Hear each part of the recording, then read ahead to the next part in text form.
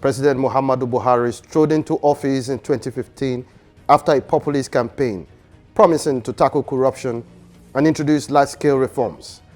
Critics and observers are worried that the last 4 years have experienced a complete retrogression to primordial division, impunity, constitutional and human rights violations, assault on institutions of democracy, disobedience to court orders, electoral malpractices, and governance by a cabal. Is Nigeria looking towards authoritarianism? Comrade Mark Adebayo, the spokesman of the core Federalists, paints a gloomy picture of what Nigerians should expect in the years ahead in this interview with Sahara TV's Countermeasures.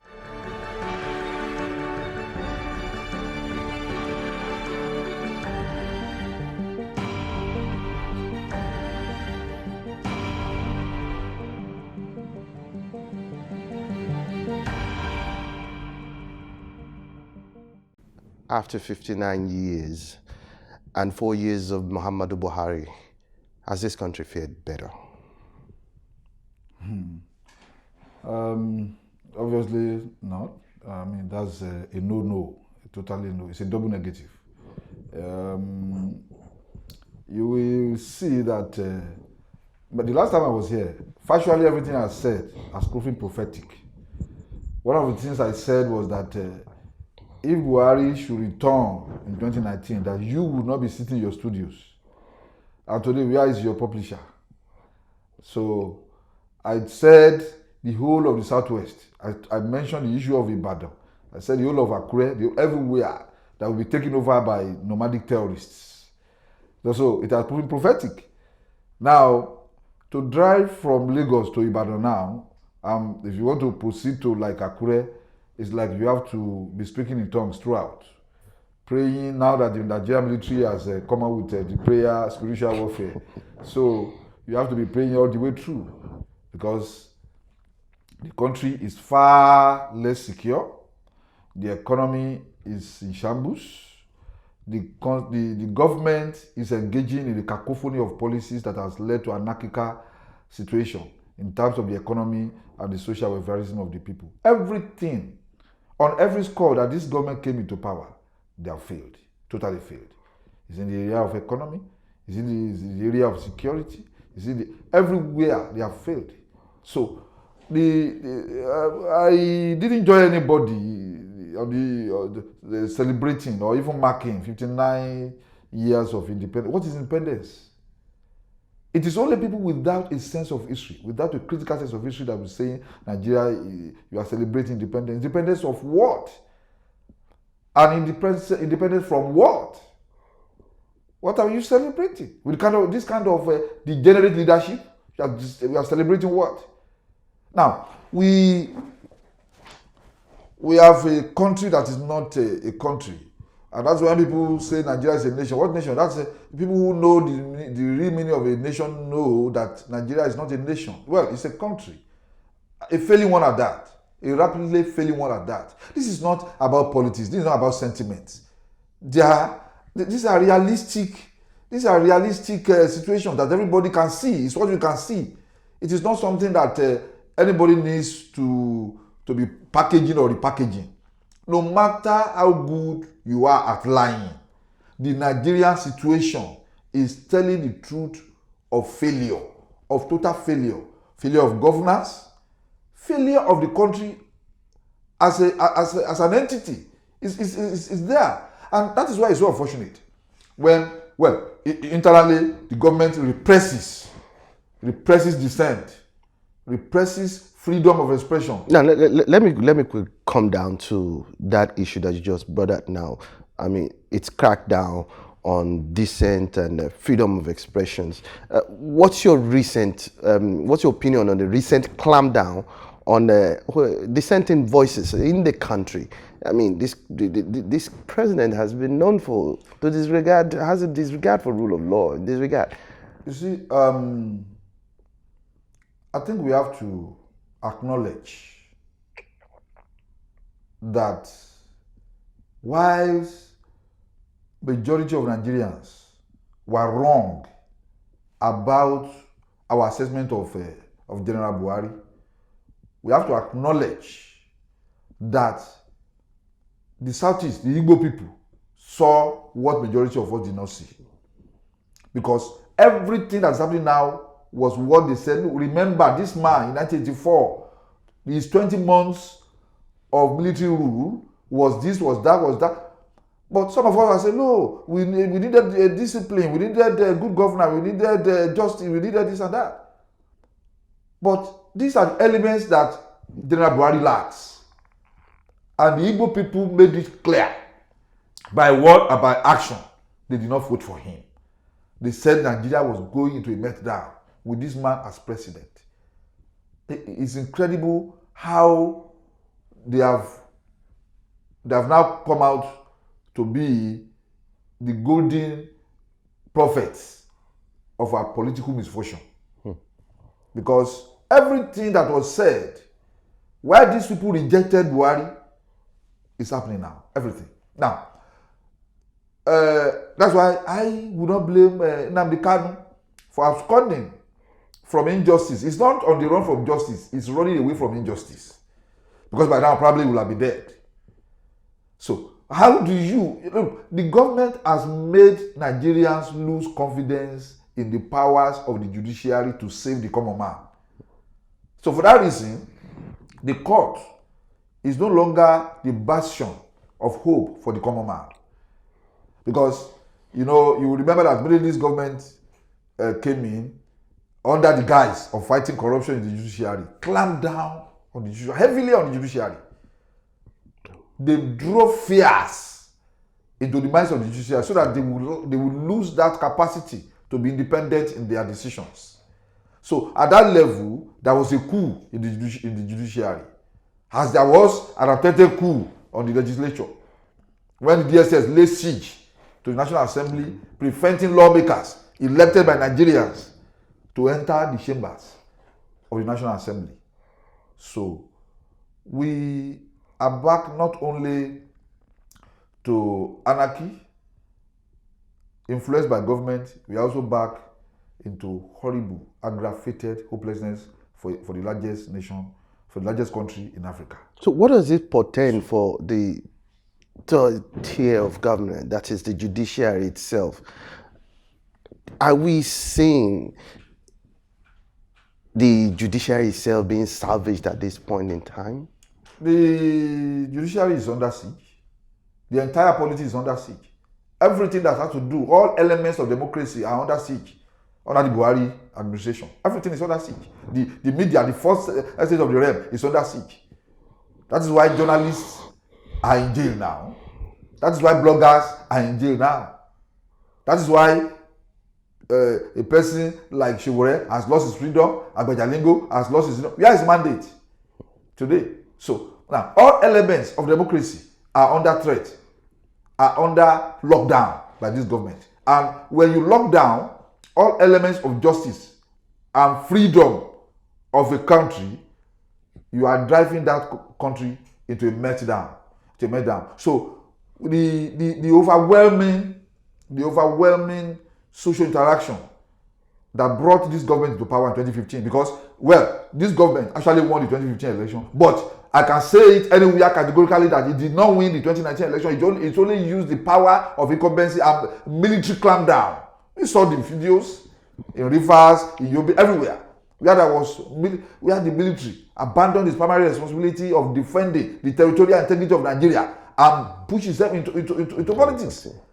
Arresting commissioners, blocking governors, and doing all manner of things. Everybody saw it. It's unfortunate that this president is paying back Nigerians with this. If every government that has lost public trust but want to retain power, they always become reckless and careless. They go reckless, they abandon, they go on ruling people. We are being ruled by force now, because it is not by consent that we are being ruled now. I can say that anywhere. The thing is that when you attempt to close the mouth of the people, when you attempt to repress the freedom freely guaranteed, as bad as the Constitution of the Federal Republic of Nigeria as amended is, once you begin to repress, once you begin to go against that Constitution, you have invited anarchy. It is not the people who are clamoring for revolution. It is not the people who are clamoring for for the disintegration of Nigeria that are at fault. It is a government that has called an unprecedented mark in the area of dividing Nigerians along ethno-religious lines. It is this government. It is this government. And it doesn't hide in its appointment, in the way it speaks, in the way it acts, in the way it even carries out its projects. It has shown that this current government is not for entire Nigeria. Let's look at the military interregnum, the military years. You are also in the trenches during those years compared to this time around. Its observers have said that Nigeria's presidency or democracy is tending towards authoritarianism, like we used to have it during the military interregnum years. Considering the level of consciousness and of the people at the time to force a change, are we seeing that kind of a consciousness on the part of Nigerians at this time? Or have the Nigerians themselves been cowed? Well, Nigeria is not tending towards authoritarianism. It is already there. It's already there. It's also an indictment of the rights community that we allow this to happen. We allow it to get to this point. Why? Look, in the era of social media, we didn't have social media during Babangida and Abacha. Yeah. We didn't have those things. Yet, kudos to the creative revolutionary spirit of people like of Lady Beko, Lady Chief Gani Fayemi, who provided the rallying point. The rallying point for Nigerians to go against what is unjust. Okay, now what people were walking around to distribute leaflets on food. There are many comrades who unfortunately some of them today have decided to dine with the devil, which is quite unfortunate. So now, there was organization, there was commitment, there was patriotism, there was discipline, organizational discipline. You know, through distribution of leaflets all over the country, especially the campuses were the operational flashpoints for anti-military activities. But we were done. But now, what has changed? I mean, why are Nigerians not riled up to actions, even despite the call for the revolutionary protest and the clampdown on show rapes? See, I am trying to remember what Chief Gani Fayemi said in 1985. I'm struggling to remember what he said in 1985, I think 85 or 86, in an interview with the Tell magazine. That at times he would go into his chambers and cry that how could people be this repressed and all they engage in is suffering and smiling. You know, apologies to Fela and Anikulapo Kuti, you know, of blessed memory. You know, suffering and smiling. Nigeria is one of the most repressed, or let me say Nigerians are one of the most repressed in the world.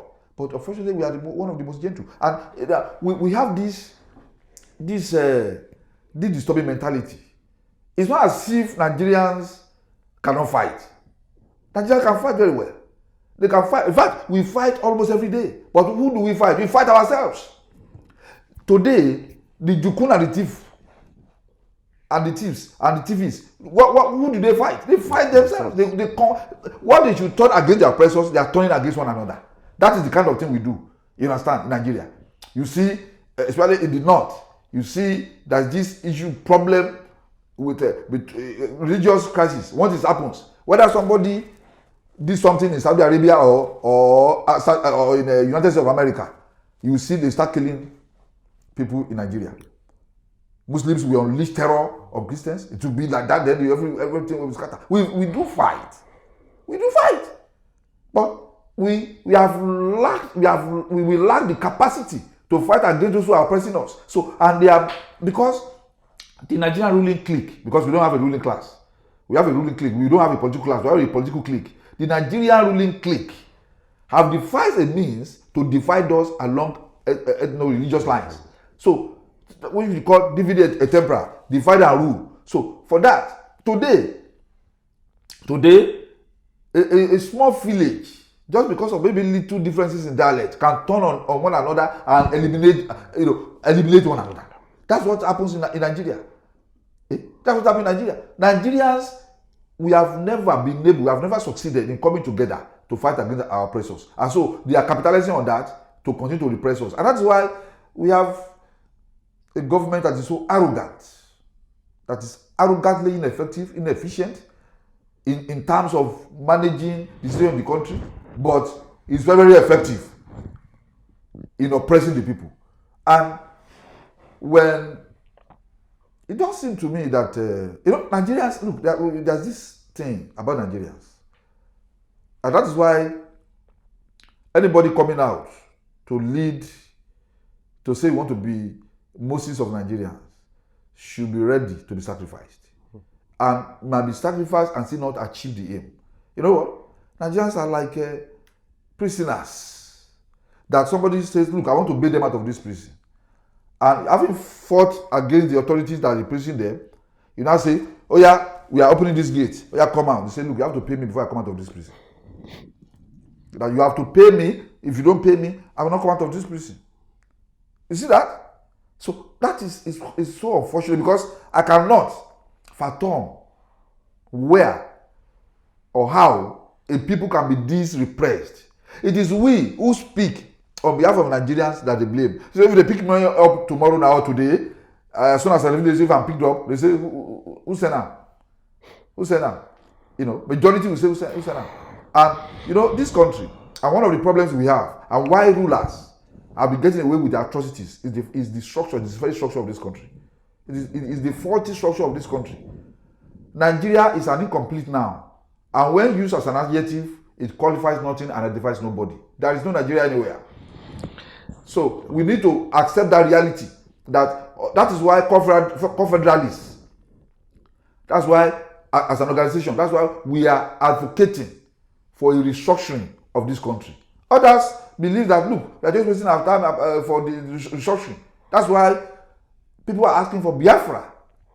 People who are more, probably, well, if you like, realistic, I probably have some violent, justifiably so, tendencies. I say, look, we are going. Let's have Biafra. Let's have Oduduwa Republic.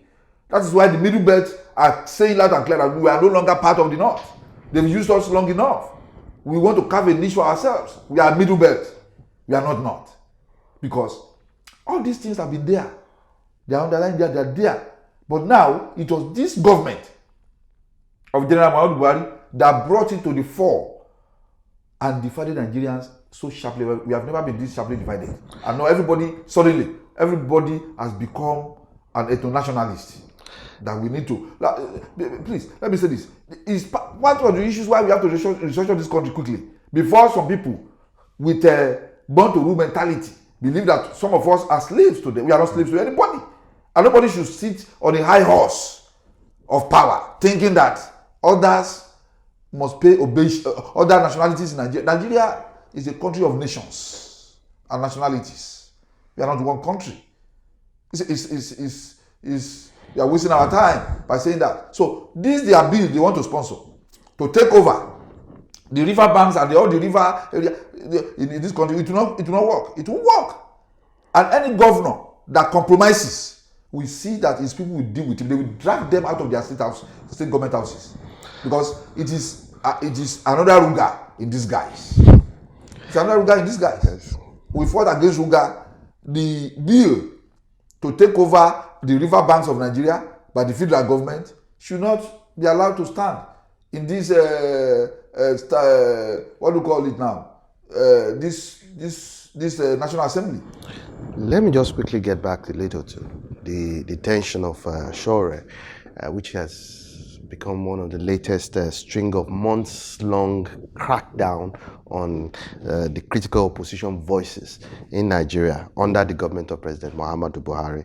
I mean, despite the fact that he strode into office in 2015 under a populist campaign against corruption and introducing large-scale reform. But in recent time, we have seen the rapid deterioration of press freedom, civil liberties itself, and it's becoming extremely worrying for Nigerians.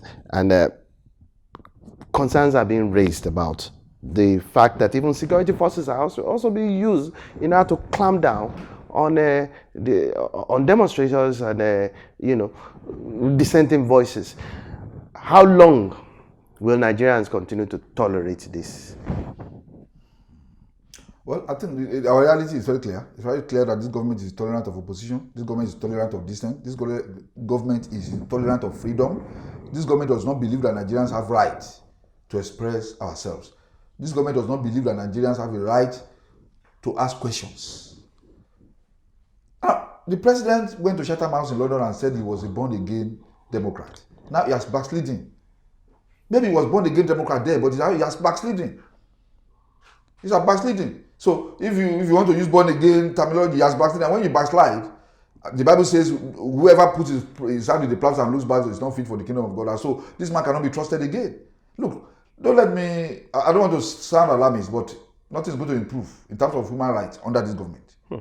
What we should just do as Nigerians is to just ignore him and do what we think is right. That's all. So we have to become very, very stubborn. We have to become determined. We have to become revolutionary in our actions, in our attitude, in our engagement with this government. That look, these rights are guaranteed under the Constitution to which you swear to uphold. So nobody is going to guard me. I won't allow myself to be guarded. Nigerians can only be guarded if they allow it to happen. I won't keep quiet. I don't care what happens. I won't keep quiet. We'll be saying what is right. We'll be saying what is correct. We cannot. The president is our employee. He is my employee. He cannot order me around. And then I only have advice for the military. You see, a lot of us have a lot of sympathies for the Nigerian military, even the police. You understand? Because, in fact, they suffer more than us. That is why there was a public uproar against the chief of army staff when he said there was the people at the war front are not committed. How can you say that? Has it been there? And we hear of salaries and allowances not being paid. Look, for me, I still believe the Nigerian military is one of the best in Africa. It's one of the best in Africa because you need to know some of our officers are one of the best trained in the whole of the world. But leadership is everything. I believe the Nigerian military and the other security agencies can destroy Boko Haram at the shortest possible time. Not this falsehood of a technical defeat today, they will be degraded tomorrow. It's all a lie, everybody knows that. So, but the military should refrain from becoming the political wing of APC or any government for that matter. And that is why some of us are advocating that the appointment of the service chiefs should be taken away from the presidency and the IGP. I'm even advocating that the IGP should also, when you say these are the 5 people who are qualified to become IGP, let them go. Let us vote for them. Let them go to the polls so that we can pick the one. Let them talk to us. What are you going to do as an IGP? So, until we remove the service chiefs and the Inspector General of Police, the appointment, dismissal or removal from office from the powers and the authority of the president, we are not going to have an effective military or effective police. Finally, Observer says that Nigeria is heading toward, so to say, towards a serious cataclysmic end if things are not done, considering the fact that we have experienced complete retrogression to impunity, primordial division, like you have said earlier on, constitution and human rights violations, assault on the institutions of democracy themselves, disobedience to court orders, the electoral malpractice, and governance by cabal. Is there any way out of this? The Nigerians have a collective responsibility to put an end to all this rubbish. We have a collective responsibility. That is why the rights community must rise up. We know that some of our people have compromised. But so those of us who have still remained in the trenches, we should not keep quiet. We should mobilize Nigerians to seek for freedom. But sincerely speaking, this country, under the current structure, with the current constitution cannot survive as a country. Cannot. It's not possible because people have become so aware now that you cannot, subsume some people under perpetual slavery. It's not possible. It's not going to happen. It's not going to happen. So we are just wasting our time by going through all this cycle of elections. This country, except this country is constitutionally and comprehensively restructured, whereby the regions will now be independent. We now, as we used to have during independence, you can imagine how far the Southwest will have gone now, following the precepts of late Chief Obafemi Awolowo. But what do we have now? Where you have a policy where you say some regions should be held down so that others can. You don't catch up. That's not how you don't catch up. Social interactions are very, very dynamic. You cannot say let's hold some people so that some people can catch up. I mean that's an anathema to social interaction and development. So what is going to happen is that we need to restructure the country. The democracy obviously can no longer save the situation. And let me say this: this should be the last time that Nigerians should see anybody as their messiah, because we have been disappointed all along. So even if you want to vote again, which I don't advocate for, until we restructure this country, we should not say you want to go into any cycle of election. This is what you are going to have. Because once you imprison the judiciary, once the judges are not free, once the judiciary is not free to give a free judgment based on merit, and when you begin to bring the anathema of technicalities to destroy solid cases, then any country under that kind of dilemma cannot survive. So if you want to survive, even as human beings, as individuals, as people, as nations and nationalities, we must know that except we restructure this country, nothing will move forward. Coming back, Adebayo, thank you very much for your insightful analysis.